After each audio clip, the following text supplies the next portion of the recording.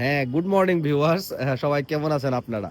আমরা কিন্তু আজকের ব্লগ শুরু করে দিলাম এখান থেকে। আচ্ছা, আমাদের যে সিল্কিগুলো আছে ওরা কিন্তু ডিম পারছে অলরেডি, আপনাদেরকে দেখিয়েছিলাম। এখন সে আবার একটা ডিম পারছে, সে এখনো দুইটা ডিম পারে নাই। ঠিক আছে, এটা খুবই আজগুবি বিষয়। এই যে এখনো প্লাস্টিকের ডিম দেওয়া, আর যে একটা ডিম পারছিল এটাকে আমরা ওদের নিচে দিয়ে দিয়েছি। সে এখন এগ্রেসিভ হয়ে আছে। হেই বাডি, কুই কুই কুই কুই কুই। এখানে আমাদের যে পাকিস্তানি ডেনিশ গুলো আছে এগুলো ডিম পারছে, কিন্তু খুবই দুঃখের বিষয় এতদিন রেস্টে দেওয়ার পরেও সে একটা ডিম ভেঙে ফেলছে। ভাই, কবুতর পালাতে কি পরিমাণ পেন আমাকে জিজ্ঞেস করেন, আমি বলবো। ওদেরকে আমরা পেয়ারিং করে দিছি এদিকে, কালকে জাস্ট দিলাম। এই যে ফিমেলটা, এই আমার এখানে একটা সিঙ্গেল ফিমেল ছিল রেসারের, এটার সাথে ওকে পেয়ার করে দিয়েছি আর কি। ও কিন্তু ক্লাবের কবুতর, বিআরপিএফসি ক্লাবের একটা কবুতর, খুব ভালো একটা নর। আর এখানে তো সবাই সিঙ্গেলই রেস্টে আছে। আচ্ছা, বাই দ্য ওয়ে, বলা হয় না একটা কথা, এখানেও আমি একটা জোড়াকে পেয়ার করেছি অলরেডি, কিন্তু ওরা এখনো পেয়ার নেয় নাই। ঠিক আছে, এখানে মাদি ও নরের মতো ডাকাডাকি করতেছে, কিন্তু আমি কিন্তু বাচ্চা নিছি ওর থেকে আগে। এই যে ঝগড়াঝাটি শুরু করে দিছে, দেখা যাক পেয়ার হয় কি না। আমাদের একটা সিঙ্গেল তুরিবাজ কবুতর আছে। ঠিক আছে, আমরা মনে হয় ওর বাজি আপনাদেরকে এখনো দেখায় নাই। ঠিক আছে, বাজিটা দেখাচ্ছে আপনাকে। এটা একটা সিঙ্গেল তুরিবাজ মাদি। এই যে ভিউয়ার্স, এটার বাজি কিন্তু খুব সুন্দর, সে খুব সুন্দর বাজি দিতে পারে। গাছে অলরেডি গাঁদা ফুল ফোটা শুরু হয়ে গেছে। আমরা কিন্তু এখন পর্যন্ত কোনো ধরনের বিষ অথবা ফাঙ্গিসাইড স্প্রে করি নাই গাছের মধ্যে, আসলে অলসতার কারণে স্প্রে করা হচ্ছে না। যদি স্প্রে করতাম তাহলে আরো ভালো ফুল আসতো এখানে। আমাদের বগিনভিলিয়া গাছেও মোটামুটি অনেক পরিমাণ ফুল এসেছে। সামনে যখন এই গাছটা বড় হবে এবং এটা নিচে ঝুলে পড়বে, অনেক সুন্দর লাগবে দেখতে। আমাদের এখানে আসলে ডাবল ছাদ তো, ঠিক আছে, ভালোই লাগবে দেখতে। কি বলেন ভিউয়ার্স? আম গাছে কিন্তু অনেকগুলা মুকুল চলে আসছে এখন। আর দেখি এটা থেকে কি পরিমাণ আম পাওয়া যায় এবার। তবে এটার আমটা খুব টেস্টি ভিউয়ার্স, আপনাদেরকে দেখাবো আমরা।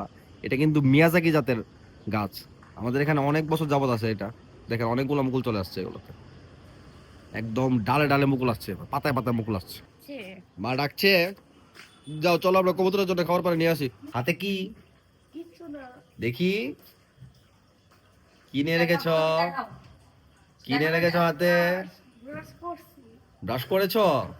ঠিক আছে।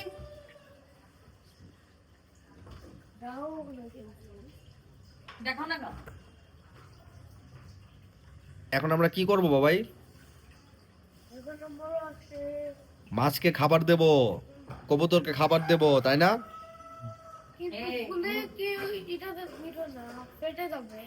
হ্যাঁ, হ্যাঁ, আমরা কিন্তু খুব কম দামের মধ্যেই ট্যাঙ্কের CO2 সেটআপ কমপ্লিট করেছি। এই যে এখানে বেকিং সোডা, এই যে এখানে বেকিং সোডা আর সাইট্রিক অ্যাসিড দিয়ে আমরা CO2 বানাইছি, তাই না বাবা? আমরা কি দিয়ে বানাইছি CO2 টা বলো তো? Baking soda. হ্যাঁ, তোমরা কিন্তু এটাতে হাত দিবে না। ঠিক আছে, হ্যাঁ ঠিক আছে। আমাদের CO2 ডিফিউজার কিন্তু ভালোই CO2 রিলিজ করতেছে। আমরা কিন্তু বলেছিলাম আপনাদেরকে যে আমরা ফুল ব্লগে আপনাদেরকে দেখাবো আমরা কিভাবে এই সস্তা CO2 টা বানাইছি। এ হচ্ছে, আচ্ছা, এই হচ্ছে আমার সস্তা CO2 সেটআপ। ঠিক আছে, এটার মধ্যে আছে আপনার, হ্যাঁ, এটার মধ্যে আছে আপনার সাইট্রিক অ্যাসিড, আর এটার মধ্যে আছে আপনার বেকিং সোডা। আমি যখন এখান থেকে ক্লিক করে এখানে একটু সাইট্রিক অ্যাসিড দিয়ে দেই, বেকিং সোডার সাথে সাইট্রিক অ্যাসিডটা বিক্রিয়া করে এখানে কার্বন ডাই অক্সাইড তৈরি করে। এটা এতটাই ইজি। আমাদের সর্বমোট হয়তো আমাদের খরচ হয়েছে 1000 থেকে 1200 টাকা হাইয়েস্ট, আপনার ডিফিউজার সহ। এর থেকে বেশি তো হবেই না। ডিফিউজার সহ আমাদের 1000 থেকে 1200 টাকা খরচ হয়েছে এটা বানাতে। তো আপনারাও চাইলে ঘরের মধ্যে বানিয়ে ফেলতে পারেন। এখানে আছে আপনার 100 গ্রাম সাইট্রিক অ্যাসিড আর 100 গ্রাম বেকিং সোডা। কিন্তু এখানে পানিটা আপনাদের বুঝে দিতে হবে। এখানে আপনার, আমরা যেমন এখানে 100 গ্রাম বেকিং সোডার সাথে 100 গ্রাম পানি মিক্স করেছি, আর এখানে আপনার 100 গ্রাম সাইট্রিক অ্যাসিডের সাথে আপনার আর তার 3 গুণ মানে 300 গ্রাম পানি মিক্স করেছি। করে জাস্ট এখান থেকে আমি ক্লিক করে দেই। ক্লিক করে দিলে এদিক দিয়ে আপনার এই যে পাইপটা আছে, এদিক দিয়ে সাইট্রিক অ্যাসিডটা এসে বেকিং সোডার সাথে মিশে এখানে একটা বিক্রিয়া ঘটায়া এখানে কার্বন ডাই অক্সাইড তৈরি করে। আর এই পাইপটা দিয়ে এখানে আপনার CO2 রিলিজ হয়। এতটুকুই।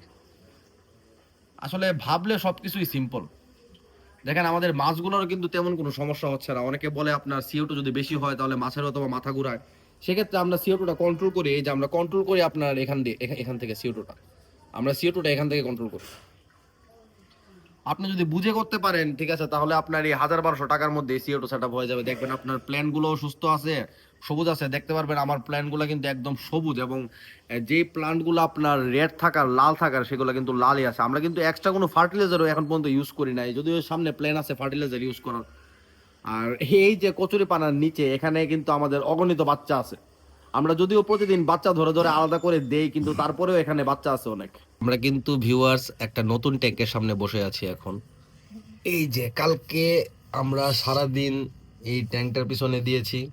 আমরা এই নতুন ট্যাঙ্কটা সেট আপ করেছি, কারণ আপনি দেখতে পারবেন এই ট্যাঙ্কটার ভিতরে খুবই ছোট ছোট বাচ্চা আছে, ঘোরাফেরা করছে। হ্যাঁ হ্যাঁ, এই ট্যাঙ্কটার ভিতরে অনেক ছোট ছোট বাচ্চাগুলো ঘোরাফেরা করছে। আসলে আমাদের গাপ্পি মাছগুলা যে বাচ্চাগুলো দিয়েছে সেগুলোকে আমরা এই ট্যাঙ্কে ট্রান্সফার করেছি। আমাদের প্যারট ফিশ গুলাকে এখন কিন্তু ব্রাইন শিম দিয়েছি খাওয়ার জন্য। দেখেন ওরা কিভাবে দৌড়াচ্ছে আর শিকার করছে এগুলাকে। আসলে ব্রাইন শিম প্রত্যেকটা মাছের জন্য এটা আদর্শ খাবার হতে পারে। লাইফ ফুড তো সব মাছের জন্যই ভালো। ওদের অলস মেসি এখনো ঘুমায়। মেসি বুঝি গো, তুমি উঠো না।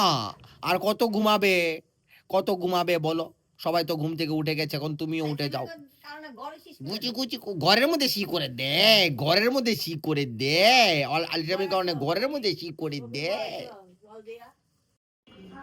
আজকে আমাদের কবুতরকে খাবার পানি দেওয়ানি শেষ।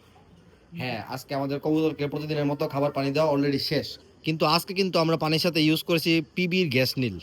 এটা হচ্ছে একটি গ্যাস্ট্রিকের ওষুধ, গ্যাসের ওষুধ আর কি, ঠিক আছে। এটা আপনারা খাবার সাথেও দিতে পারেন, আবার আবার স্প্রে করে দিতে পারেন। এই যে এখানে মাত্রাটা লেখা আছে, যেমন চিকিৎসায় 1 মিলি 4 লিটার পানির সাথে মিশিয়ে দিবেন। আমি সাধারণত আমার 10 লিটার পানির সাথে আপনার 2.5 মিলি মিশিয়ে দিয়েছি আর কি সবগুলো কবুতরকে। এছাড়াও আরও অনেক অপশন আছে মার্কেটে। এটা ছাড়া ভিউয়ার্স, আমরা কিন্তু আমাদের সিল্কি মুরগিগুলিকে এখন বাইরে রিলিজ করে দিয়েছি। এই যে ওরা নিজের মতো করে ঘুরছে, টোকা টোকা খাচ্ছে। আসলে আমাদের যে খাঁচাটা ওদের ব্রিডিং এর জন্য অনেক ছোট হয়ে যায়। তো আমাদের সিল্কি মুরগিগুলো বর্তমানে ডিম পাড়া শুরু করেছে, কিন্তু ডিমগুলো জমবে কিনা আমি শিওর না, যে কারণে আমি ওদেরকে বাইরে ছেড়ে দিয়েছি এই মুহূর্তে। আমাদের ছাদের উপরে ট্যাঙ্কের পানি কিন্তু প্রচুর ময়লা হয়ে গেছে অলরেডি, আপনারা দেখতেই পাচ্ছেন। তো আজকে আমরা এখান থেকে 20% পানি সরাই দেবো আর কি, সরাই নতুন পানি ফিল করে দেবো। তো রুদ্র ভাইয়াট আসছে আমাদেরকে হেল্প করতে, তাই না বাবা? আমরা আজকে কি করবো বলো তো? আমরা এখান থেকে 20% পানি সরাই ফেললো। পানিটা ময়লা হয়ে গেছে না? হ্যাঁ, আমরা কিন্তু বালতি দিয়ে এখানে পরিষ্কার পানি নিয়ে আসছি, ঠিক আছে। এখন পানিটা ফিল করে আপনাদেরকে দেখাবো ভিউয়ার্স। আমরা কিন্তু ট্যাঙ্কের পানি অলরেডি পরিবর্তন করে দিয়েছি। দেখেন নতুন পানি পেয়ে মাছগুলা কি সুন্দর উপরে উঠে খেলা করছে। আসলে আপনারা যদি প্রত্যেক 7 দিনে অ্যাটলিস্ট প্রত্যেক 7 দিনে একবার হলেও যদি আপনারা ট্যাঙ্কের পানিটা 20% অথবা 30% চেঞ্জ করে দিতে পারেন, সেটা মাছের জন্যও ভালো, আর ট্যাঙ্কও ক্লিয়ার থাকে, দেখতেও ভালো লাগে জিনিসটা। এই যে দেখেন এখানেও অলরেডি আগে তো আমরা ক্লিন করে দিয়েছি। আচ্ছা, ক্লিন করে কিন্তু আমরা এখানে মিথাইল ব্লু দিয়ে দিয়েছি। আমি দেখাচ্ছি আপনাদেরকে আমি যেটা ইউজ করি। এই যে আমি যেটা ইউজ করি এটা হচ্ছে এটাকে আবার মজা ভাববেন না আপনারা, ঠিক আছে। এটা হচ্ছে মিথাইল ব্লু। আমি এখানে 2 ক্যাপ করে আমার প্রতিটা ট্যাঙ্কে দিয়ে দিয়েছি আর কি। কার সাথে দেখা করবে? মিস্টার বিস্টের সাথে দেখা করবে, ওয়ার্ল্ডের সবচেয়ে বড় ইউটিউবার। আচ্ছা, তাহলে তোমরা মিস্টার বিস্টকে বলে দাও, বলো। ঠিক আছে, আর সবাইকে আমাদের চ্যানেল লাইক সাবস্ক্রাইব করতে বলে দাও। হ্যাঁ প্লিজ সবাই আপনারা আমাদের চ্যানেলটাকে কিন্তু লাইক করবেন, সাবস্ক্রাইব করবেন, আর শেয়ার করবেন, ভালো ভালো কমেন্ট করবেন। আর আর কি কন্টেন্ট আপনাদের জন্য নিয়ে আসতে পারি আমাদেরকে কমেন্টে জানাবেন। ধন্যবাদ সবাই।